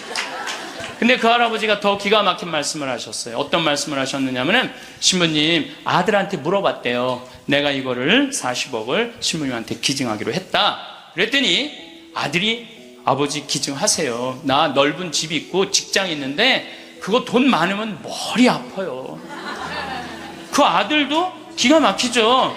아니 뭐 법적으로 뭐 소송도 한다는데. 그래서 여러분들, 제가 말씀드리는 거는 우리가 죽을 때 갖고 가는 게 땅이 아니라니까요. 집이 아니고 재물이 아니에요. 뭐냐면 선행이야. 선행. 내가 뭔가 베풀 수 있는 선행이 있어야 돼요. 그래서 여러분들도 내가 돈이 없다라면 마음으로라도 나눌 줄 알아야 돼. 마음으로라도. 예. 그리고 죽을 때 갖고 가는 건 결정적인 건 믿음이야. 믿음이 없는 사람은요, 노잣돈 없이 떠나는 거예요. 믿음이 없는 사람은 노잣돈이 없이 떠나는 거. 죽을 때 빈 털터리로 떠나는 거. 빈 털터리로. 근데 내가 주님께서 날 기다리고 계셔. 주님께서 날 맞아주실 거야. 이 믿음 있는 사람은요, 여행 떠날 만해요. 근데 딱 저승에 들어섰는데 아무도 날 데려가는 사람, 깜깜한 어둠만 날 기다리고 있는 사람은 너무너무 힘든 거죠. 제가 한 10년 전에 우리 후배 신부들을 데리고 제주도에 스킨스쿠버를 데리고 갔어요. 바다에 들어가는 거. 근데 뭐 한 6, 7명 신부들하고, 지구 신부들하고 갔는데, 문섬, 새끼섬, 서귀포 쪽에, 거기가 참 아름다워요.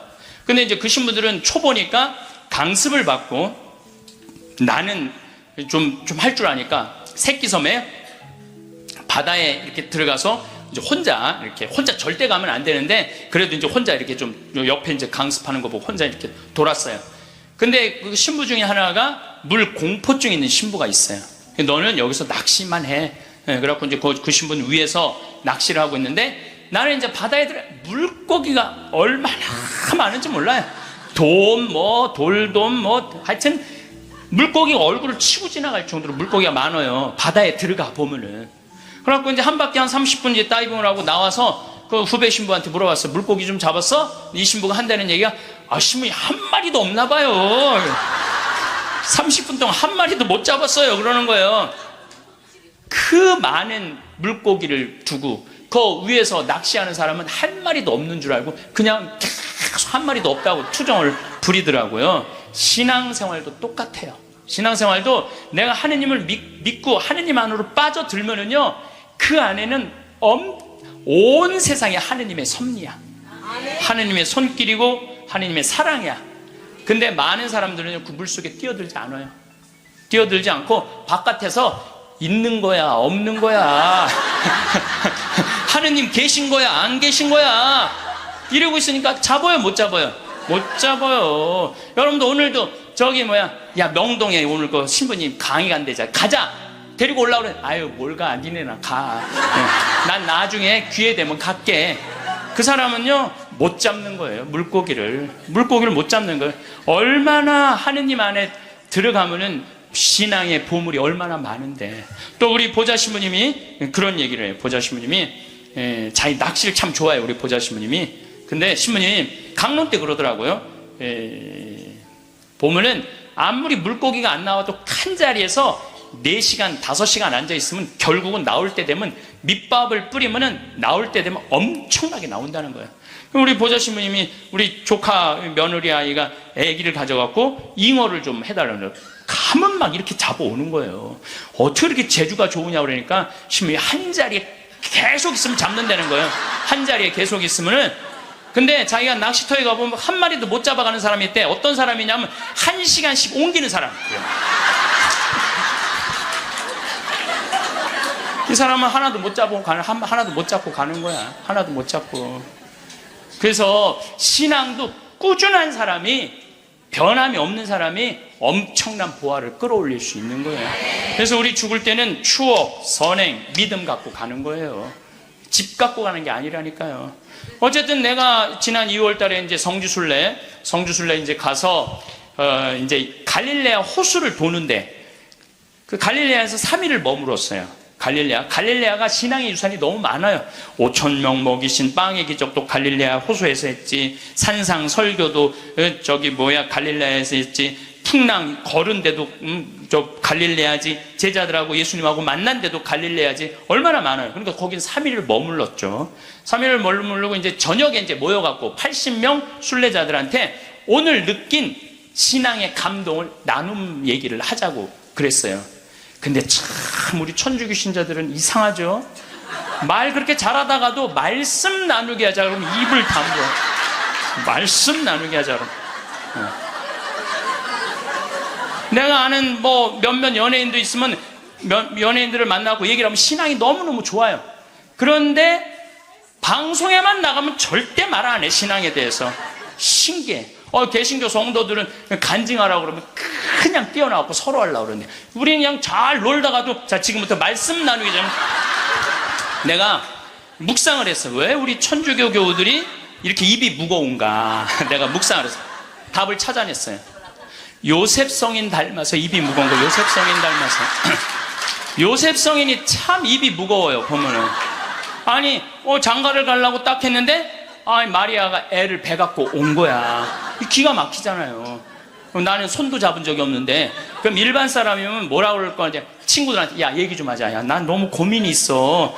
아니 마리아가 결혼도 하기 전에 애를 배웠네. 이거 어떻게 하면 좋지? 분명히 이렇게 얘기했을 거예요. 근데 요셉 성인은 아무한테도 말하지 않고 혼자 파혼하기로 혼자만 마음속으로 생각을 해. 우리 천주교 교우들하고 똑같은 거예요. 12살 때 예수님 3일 동안 잃었다가 3일 만에 찾았어. 3일 동안 근데 나는 요셉 성인도 참 대단해요. 내 애도 아니고. 그렇잖아요. 내 애도 아니고 마누라도 내 마누라도 아니야. 사실은 그렇잖아요. 그런데 그 아이하고 그 엄마를 12년 동안 책임졌다는 건요. 보통 사람 아니면 못해요. 참 우직한 분이죠. 근데 3일 만에 잃어버렸는지 얼마나 애가 타게 찾았겠어요. 찾고 난 다음에 성모님이 얘야 네 아버지와 내가 너를 얼마나 찾았는지 모른다. 나는 이 말도 참 묵상을 많이 하는 말 중에 하나예요. 성모님도 시집을 막상 오긴 왔는데 뱃속에 아기가 이씨 들어왔으니 얼마나 미안해요. 그러니까 항상 요셉 성인한테 미안한 마음이 있었던 것 같아. 그래서 여러분들 3일 만에 잃었던 애를 찾았어. 그럼 여러분들 뭐라 할까? 이놈의 새끼 내가 너 얼마나 찾았는지 알아? 분명히 이랬을 거야. 근데 성모님은 자기를 먼저 내세우지 않았어요. 자기 아이임에도 불구하고 얘야 네 아버지와 내 남편을 인정해 준 거죠. 남편을 존중해 준 거죠. 네 아버지와 내가 너를 얼마나 찾았는지 모른다. 그런데도 요셉 성인은 아무 말도 안 해. 한마디도 안 해. 찾았으면 됐지 뭐 이거죠. 한마디도 안 해요. 내가 이번에 성주순례 가서도 너무 많은 걸 느꼈는데 그 대학생이야. 대학생이 엄마 아빠를 따라온 거야. 인천공항이 딱 나를 바라보는 눈빛이 흰 눈동자 95% 까만 눈동자. 너 때문에 내가 여기 따라왔다. 근데 이 친구가 성주순례를 하루를 걷더니 이틀을 걷더니 눈빛이 바뀌는 거예요. 그러면서 마지막엔 이 친구가 이런 말을 하더라고요. 신부님 저는 가슴이 지금 터질 것 같이 행복하다는 거예요. 살아계신 예수님을 만나서 가슴이 터질 것 같이 행복하다는 거예요. 그리고 그 친구는 엄마 아빠가 길을 잃고 헤매 공부 굉장히 잘하는 아이였어요. 근데 지금 의대 공부를 한대요. 내가 아프리카에 좀 가서 봉사 좀 하자 그랬더니 그러니까 길을 찾은 거지. 그러니까 여러분들 제발 성공한 사람들을 보면 크게 두 부류로 나뉘는 걸 알 수 있습니다. 하나는 자신이 성공했다고 여기저기 떠벌리고 다니는 사람들, 그리고 또 하나는 조용히 아무 말 없이 자기 삶을 사는 사람들입니다. 우리는 흔히 성공을 하면 자연스럽게 자랑하고 싶어질 거라고 생각하죠. 좋은 차를 사고 비싼 시계를 차고 SNS에 멋진 사진을 올리고 싶을 겁니다. 왜냐하면 그렇게 하면 남들이 나를 더 인정해 줄 거라고 믿으니까요. 하지만 현실은 그렇지 않습니다. 오히려 진짜 성공한 사람들은 그렇게 행동하지 않습니다. 왜냐하면 보여줄 필요가 없기 때문입니다. 돈이 많다고 높은 자리에 있다고 유명하다고 해서 굳이 그걸 드러낼 필요는 없습니다. 그걸 아는 사람들은 이미 알고 있고 모르는 사람들은 알 필요가 없죠. 그런데도 굳이나 성공했다고 떠드는 사람들이 있습니다. 그런 사람들은 왜 그럴까요? 간단합니다. 그 사람들은 사실 그렇게까지 성공한 게 아니기 때문입니다. 우리는 종종 SNS에서 성공한 사람들을 봅니다. 해외여행을 가고 고급 레스토랑에서 밥을 먹고 멋진 차를 타고 다니는 모습? 그런데 가만히 보면 그런 걸 보여주는 사람들은 언제나 뭔가를 팔고 있습니다. 강의를 팔든 자기 브랜드를 홍보하든 아니면 단순히 자기 자존감을 유지하려고 하든 간에 결국 목적이 있는 거죠. 진짜 부자들은 그렇게 하지 않습니다. 오히려 조용히 아무도 모르게 자기 일을 합니다. 왜냐하면 자랑해서 얻을 게 없기 때문입니다. 오히려 괜히 잘난 척했다가 사람들에게 이용당하거나 시기와 질투를 받거나 쓸데없는 오해를 사는 게 더 피곤합니다. 이건 단순한 돈 이야기가 아닙니다. 사회적인 성공을 이룬 사람들도 마찬가지입니다. 진짜 실력 있는 사람들은 자기 실력을 굳이 떠벌리지 않습니다. 왜냐하면 그럴 필요가 없으니까요. 자기 분야에서 최고라면 사람들이 먼저 알아서 찾아옵니다. 반대로 실력이 부족한 사람일수록 자기를 포장하려고 애씁니다. 우리가 흔히 듣는 말이 있죠. 빈수레가 요란하다. 이 말이 괜히 있는 게 아닙니다. 정말 내실이 있는 사람들은 굳이 시끄럽게 굴지 않습니다. 반대로 겉만 번지르르한 사람들은 자기가 얼마나 대단한지 떠들고 다닙니다. 이걸 좀 더 현실적인 예로 들어볼까요?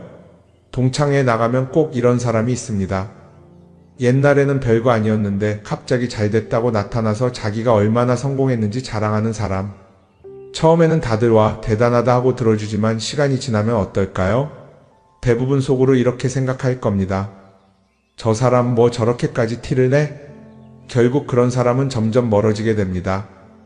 반면에 정말 성공한 사람들은 조용합니다. 굳이 자기가 어떻게 살고 있는지 설명하지 않죠. 그런 사람들은 오히려 주변에서 먼저 알아보고 자연스럽게 존경을 받습니다. 그게 진짜 성공입니다. 그럼 우리는 어떻게 해야 할까요? 내가 뭔가를 이루었을 때 굳이 남들에게 알릴 필요가 있을까요? 물론 가까운 사람들에게 좋은 소식을 전하는 건 좋습니다. 하지만 굳이 모든 사람들에게 나 이렇게 잘 살고 있어요 하고 알릴 필요는 없습니다. 그런 행동은 결국 나에게 득이 되지 않습니다. 성공이라는 건 원래 조용한 겁니다. 내가 잘 되고 있으면 주변 사람들이 자연스럽게 알게 됩니다. 굳이 내가 말하지 않아도 내 행동과 태도에서 묻어나오게 되어 있습니다. 그러니 굳이 보여주려고 애쓰지 마세요. 오히려 그게 더 진짜 성공한 사람의 태도입니다. 사람은 사회적 동물이라고 하잖아요. 혼자 살아갈 수 없고 결국 사람과의 관계 속에서 기쁨도 얻고 때로는 상처도 받습니다. 그런데 한 가지 생각해 볼 게 있어요. 우리가 정말 인간관계가 필요해서 맺고 있는 걸까요? 아니면 그냥 그래야 한다고 배워서 어쩔 수 없이 유지하고 있는 걸까요? 어릴 땐 친구 많으면 좋다고 하죠. 사회생활에서도 인맥이 중요하다는 말을 많이 합니다. 그런데 정작 주변을 보면요. 인간관계가 넓은 사람일수록 스트레스를 더 많이 받아요. 전화벨이 울릴 때마다 이번엔 또 무슨 부탁일까 싶고 단체 채팅방에서 메시지가 올 때마다 이걸 또 어떻게 대답해야 하나 고민하죠. 관계가 많아질수록 책임과 피로도 함께 늘어나는 겁니다. 어떤 사람들은 인간관계를 줄이면 외롭지 않겠냐고 해요. 그런데 가만히 생각해보면 진짜 외로움을 느끼는 순간이 언제인지 아세요? 오히려 불필요한 인간관계 속에 있을 때입니다. 같이 밥을 먹고 얘기를 나누는데도 뭔가 허전하고 대화가 컥 돌고 속마음을 나누지도 못할 때, 그럴 때 우리가 더 외롭다고 느끼죠. 그렇다고 당장 인간관계를 다 끊어버릴 순 없겠죠. 하지만 적어도 내가 정말 소중하게 여겨야 할 관계와 그냥 관성적으로 유지하는 관계는 구분할 필요가 있습니다. 예를 들어 매번 나한테 부탁만 하고 정작 내가 어려울 땐 연락 한 번 없는 사람. 내가 실수하면 뒷담화를 하면서 내 앞에서는 웃는 사람. 이런 관계를 굳이 계속 이어갈 이유가 있을까요? 가끔은 이런 경험도 있을 거예요. 우연히 어떤 사람과 친해졌는데 만난 지 얼마 되지도 않았는데 너무 많은 걸 털어놓는 사람들 있죠. 자기 속사정부터 가족 문제, 직장 고민까지 쏟아내는 사람들. 이런 경우 두 가지의 가능성이 큽니다. 하나는 그냥 감정적으로 의존할 사람이 필요해서일 수도 있고 또 하나는 내가 믿을 만한 사람인지 떠보는 걸 수도 있어요. 어떤 경우든 이런 관계는 오래가기 어렵습니다. 사실 친밀함이라는 건 시간이 필요한 법이에요.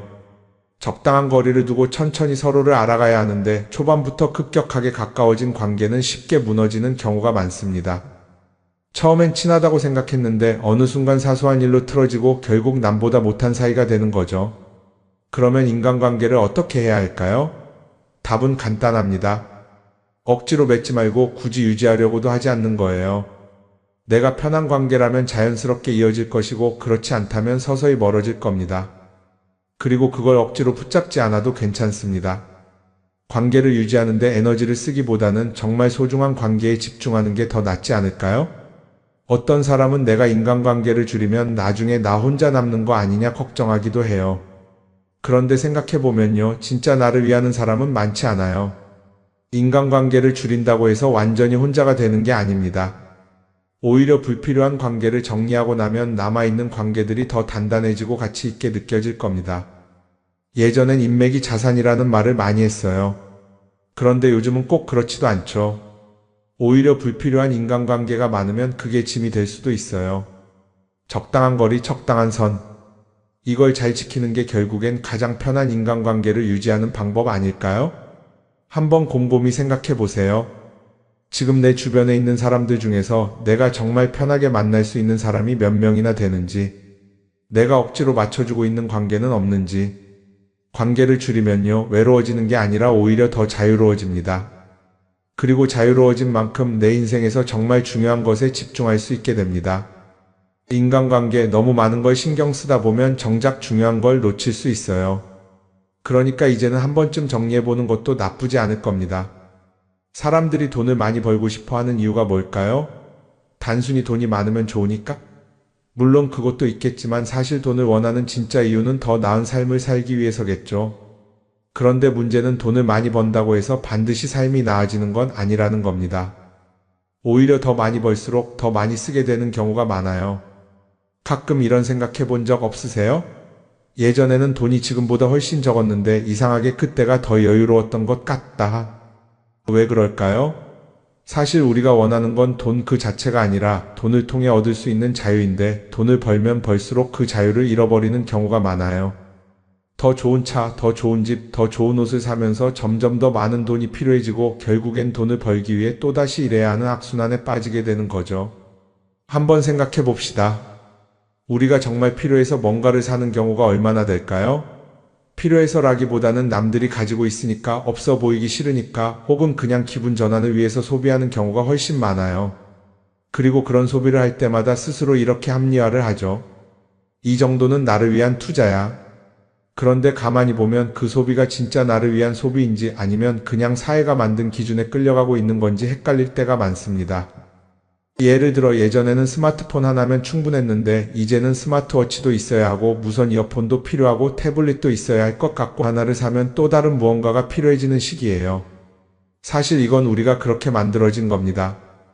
광고도 그렇고 SNS도 그렇고 자꾸 우리에게 이렇게 말하죠. 이걸 사야 더 행복해질 수 있어요. 그런데 정작 그걸 사고 나면 어때요? 처음 며칠은 좋죠. 그런데 시간이 지나면 또 다른 걸 사고 싶어져요.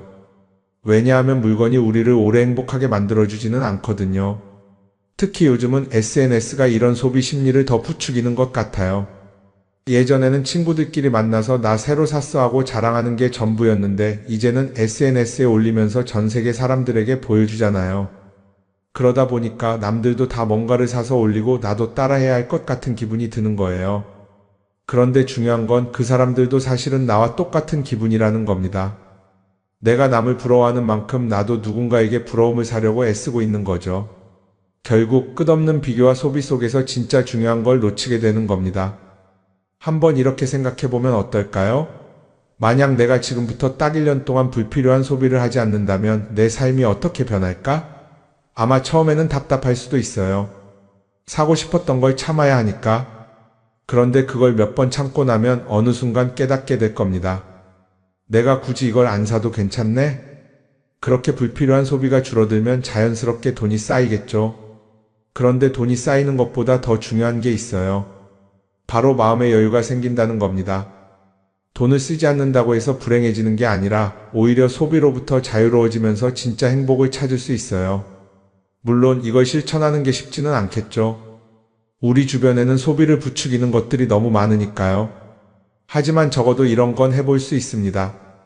뭔가를 사고 싶을 때 한 번만 스스로에게 물어보는 거예요. 이게 정말 나한테 필요한 걸까? 아니면 그냥 순간적인 욕심일까? 만약 그 질문을 던졌을 때 5초 안에 당연히 필요하지. 라는 답이 나오지 않는다면 사실 그건 없어도 되는 물건일 가능성이 큽니다. 정말 필요한 건 고민할 필요도 없이 바로 떠오르거든요. 그러니까 이제는 한 번쯤 생각해 봐야 할 것 같아요. 나는 지금 내가 원하는 삶을 살고 있는 걸까? 아니면 남들이 만든 기준에 맞추기 위해 내 시간을 팔고 있는 걸까? 소비를 줄인다는 건 단순히 돈을 아끼는 게 아닙니다. 그건 결국 내 삶의 선택권을 되찾는 일이거든요. 돈을 많이 버는 것도 중요하지만 더 중요한 건 그 돈을 어떻게 쓰느냐입니다. 그리고 때로는 아무것도 사지 않는 게 최고의 선택일 수도 있어요. 우리는 요즘 SNS 없이 사는 게 거의 불가능한 시대에 살고 있죠. 아침에 눈 뜨자마자 휴대폰을 확인하고 출근길에도 SNS를 보고 잠들기 전까지도 계속 들여다봅니다. 그러면서 남들이 어떻게 사는지 보고 나도 모르게 비교하게 되고 때로는 초조해지기도 하죠. SNS에 올라오는 사진들 한번 보세요. 맛집에서 멋진 음식을 먹고 해외여행을 다니고 좋은 옷을 입고 성공한 삶을 사는 사람들. 그런데 가만히 보면 이 사람들이 정말 행복해서 저런 사진을 올리는 걸까요? 아니면 그냥 행복해 보이고 싶은 걸까요? 실제로 SNS에 가장 많이 올라오는 사진이 뭔지 아세요? 남들이 부러워할 만한 순간들입니다. 집에서 편하게 쉬고 있는 모습이나 출근길에 지친 얼굴, 어제 먹다 남은 배달 음식 사진 같은 건 잘 안 올리죠. 대신 멋진 레스토랑, 명품 가방, 고급 호텔 같은 것들이 올라옵니다. 왜 그럴까요? 결국 SNS는 보여주기 위한 공간이기 때문입니다. 여기서 중요한 게 있어요. 우리가 SNS에서 보는 건 그 사람의 삶 전체가 아니라 편집된 일부 장면이라는 겁니다. SNS는 마치 한 편의 다큐멘터리나 영화처럼 잘 꾸며진 장면들만 보여줍니다. 그런데도 우리는 그걸 보면서 아, 저 사람은 나보다 더 행복하구나 하고 착각하죠. 예를 들어 SNS에서 한 친구가 해외여행을 가서 아름다운 풍경을 찍어 올렸다고 해볼게요. 우리는 그걸 보면서 부럽다, 나도 저렇게 살고 싶다라고 생각하겠죠. 그런데 정작 그 친구는 사진을 찍고 나서도 일 때문에 스트레스를 받고 있을 수도 있고 여행 비용을 감당하느라 카드가 걱정을 하고 있을 수도 있습니다. 그 부분은 우리는 알 수가 없죠. 그런데 문제는 이렇게 남들과 비교하는 습관이 쌓이면 결국 내 삶이 초라하게 느껴진다는 겁니다. 원래는 그냥 조용히 살아도 괜찮았는데 SNS를 보고 나면 나만 뒤처지는 것 같고 뭔가를 더 해야 할 것 같고 괜히 불안해지죠. SNS는 기본적으로 사람들의 비교 심리를 자극합니다. 남들이 가진 걸 나도 갖고 싶게 만들고 남들이 하는 걸 나도 해야 할 것 같은 기분이 들게 만들죠. 그러다 보니 필요하지도 않은 걸 사게 되고 무리해서라도 화려한 곳에 가게 되고 남들에게 보여주기 위해 사는 삶을 살게 됩니다. 그럼 어떻게 해야 할까요? 사실 정답은 간단합니다. SNS에서 보이는 것들을 곧이곧대로 믿지 않는 것입니다. 그리고 더 중요한 건 남과 비교하는 걸 멈추는 것이에요. 어떤 사람이 비싼 차를 타고 다닌다고 해서 그 사람이 꼭 행복한 건 아닙니다. 좋은 차를 타고 다니지만 밤마다 사업 걱정에 잠 못 이루는 사람도 많아요. 반대로 대중교통을 이용하지만 마음 편하게 사는 사람도 있죠. 결국 행복은 보이는 것이 아니라 느끼는 것입니다. SNS를 덜 보면 덜 불행해진다는 연구 결과도 있어요. 하루 종일 남의 삶을 보면서 비교하는 시간을 줄이면 내 삶에 집중할 수 있는 시간이 많아지는 겁니다. SNS를 완전히 끊을 필요는 없지만 최소한 그 안에 있는 것들이 전부 진짜라고 생각하지 않는 태도는 필요합니다. 우리는 누구나 자신만의 속도로 살아가고 있어요. 남들은 남들대로 사는 거고 나는 나대로 살면 됩니다. SNS에서 남들의 화려한 모습을 볼 때마다 한 번쯤 이렇게 생각해 보세요. 이건 그 사람이 보여주고 싶은 삶일 뿐이다. 그러면 조금은 편해질 겁니다. 사람들은 다들 자기 인생을 살아간다고 생각하죠. 그런데 가만 보면 정말 자기 인생을 사는 사람이 얼마나 될까요? 많은 사람들이 사실은 남이 만들어 놓은 기준에 맞춰서 살고 있어요. 좋은 대학, 좋은 직장, 좋은 차, 좋은 집. 다들 이런 걸 목표로 삼지만 정작 내가 원하는 삶이 뭔지 깊이 생각해 본 적이 없는 경우가 많아요. 이건 어릴 때부터 교육받아온 방식과도 관련이 있어요. 우리는 어릴 때부터 이렇게 살아야 한다는 틀 안에서 자라죠. 공부 열심히 해서 좋은 성적을 받아야 하고 좋은 직장을 가져야 하고 결혼도 적당한 때에 해야 하고 마치 인생이 정해진 수순이라도 있는 것처럼요. 그러다 보니 나 스스로 정말 원하는 걸 고민하기보다는 그냥 남들이 정해놓은 목표를 따라가게 돼요. 그런데 이렇게 남의 기준에 맞춰서 살다 보면 어느 순간 공허함을 느끼게 됩니다. 이게 정말 내가 원했던 삶인가? 하는 의문이 들 때가 오죠. 어릴 땐 성적이 목표였고 사회에 나와서는 연봉이 목표였고 결혼하고 나서는 아이 교육이 목표였는데 그 목표를 이루고 나면 허무한 거예요.